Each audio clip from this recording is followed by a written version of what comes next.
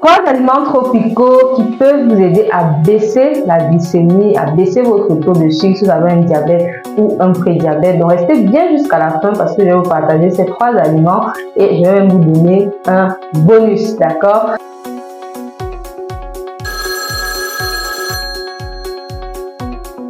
Donc, bienvenue dans cette émission Allô la diète. Ici, nous répondons à vos questions, vos préoccupations sur la nutrition africaine tropicale et le bien-être. Donc, n'hésitez pas à poser vos questions dans le premier lien en description. Alors, si vous avez un diabète, ces aliments peuvent vous aider à améliorer le taux de sucre en agissant sur l'hormone, d'accord, l'hormone insuline, en agissant sur certaines cellules qui vont faciliter le travail de cette hormone. Bien sûr, ce ne sont pas des aliments magiques, donc vous devez avoir des bonnes habitudes alimentaires, un bon style de vie à la base, mais si vous les intégrez régulièrement, ils peuvent vraiment vous aider. Alors, le premier aliment qui peut vous aider dans ce sens, c'est le gombo. Le gombo, c'est un aliment qu'on retrouve facilement en Afrique. C'est un aliment qui est riche en fibres solides et grâce à ces fibres solides, il va aider, d'accord, à ce qu'on appelle la régulation intestinale du glucose, donc faciliter la gestion, on va dire, du sucre lorsque vous mangez. Donc, on ne va pas faire des pics, mais ça va monter de façon progressive, ça sera beaucoup plus intéressant. Il y a quelques composés aussi dans le gombo, quelques antioxydants qui peuvent aider dans la production de l'hormone insuline parce que oui, même si vous avez un diabète de type 2, voilà, qu'on appelle évidemment le diabète de l'adulte, vous, à un moment, votre corps a besoin de plus d'insuline parce qu'à force de pomper sur le pancréas, il se fatigue aussi à un moment. Donc, le gombo peut vraiment être intéressant et vous pouvez le consommer en sauce.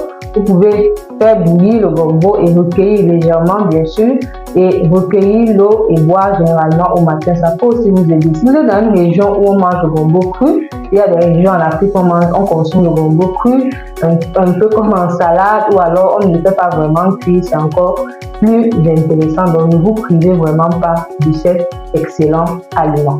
Alors, le deuxième aliment qui va également vous aider à mieux gérer ce diabète, ça va être le moringa. Le moringa fait l'objet de vraiment beaucoup de recherches dans tout ce qui est des maladies métaboliques, notamment diabète, hypertension, et les extraits facilement des feuilles séchées de moringa ont vraiment montré leurs bénéfices sur la gestion du sucre, notamment ce qu'on appelle la sensibilité à l'insuline, c'est-à-dire que les cellules ont comme des portes qui s'ouvrent et qui laissent entrer le sucre grâce à l'insuline. Donc, quand vous avez un diabète, les cellules là sont un tout petit peu, soit les serrues de ces portes là sont rouillées, soit alors, le sucre n'arrive plus à entrer, c'est ça que le taux de sucre est élevé. Mais grâce, par exemple, à des aliments, des bonnes habitudes alimentaires, un bon style de vie, mais acceptant aussi des aliments comme le moringa, ces cellules-là, vont facilement s'ouvrir, dans les portes vont facilement s'ouvrir, le sucre va entrer et votre taux de sucre va être mieux géré. Comment le consommer? Je recommande généralement une infusion, 1 à 2 tasses par jour. Donc 5 grammes par jour, c'est à peu près 1 cuillère à café. Vous commencez par exemple 1 cuillère à café de poudre de feuilles séchées de moringa, bien sûr, que ce soit de la bonne qualité. Alors, le troisième aliment que vous pouvez aussi facilement retrouver en Afrique et qui peut vous aider à mieux gérer votre diabète, ça va tout simplement être l'oignon. Oui, l'oignon est parfois juste considéré comme ce qu'on appelle en Afrique un condiment qu'on va juste mettre dans les sauces, mais il peut être beaucoup plus intéressant. L'oignon a des composés aussi qui sont très intéressants pour la production de l'insuline. Donc, ça va augmenter la production de l'hormone qui permet justement de gérer le sucre qu'on appelle insuline. Et consommer vraiment l'oignon dans vos salades, consommer beaucoup plus régulièrement l'oignon, pas juste dans les sauces et tout, mais vraiment en salade, 1 à 2 oignons par jour, ça peut vraiment vous aider à mieux gérer votre taux de sucre, à mieux gérer votre diabète, ou même si vous avez un prédiabète, à ne pas en arriver au diabète. Alors, aliment bonus, comme je vous ai promis, ça va être l'avocat. L'avocat, c'est un très bon aliment quand on a un diabète. Pourquoi? Parce que l'avocat a une bonne source de gras. Cette bonne source de graisse est assez intéressante parce qu'elle est anti-inflammatoire. Et donc, quand vous mangez l'avocat, qui est un aliment qui est vraiment riche en anti-inflammatoire, en composants anti-inflammatoires, qui est riche en magnésium. Aussi, l'avocat contient du magnésium, qui qui est aussi très intéressant pour la fabrication de l'hormone insuline.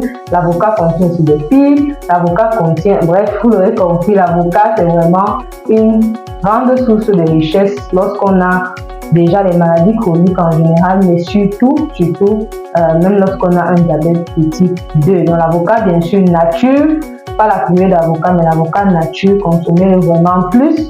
L'avocat, l'avantage, voilà, puisque c'est un aliment gras, ça n'a pas l'indice glycémique vraiment nul. Donc ça veut dire que ça ne fait pas monter votre taux de sucre dans le sang quand vous le consommez.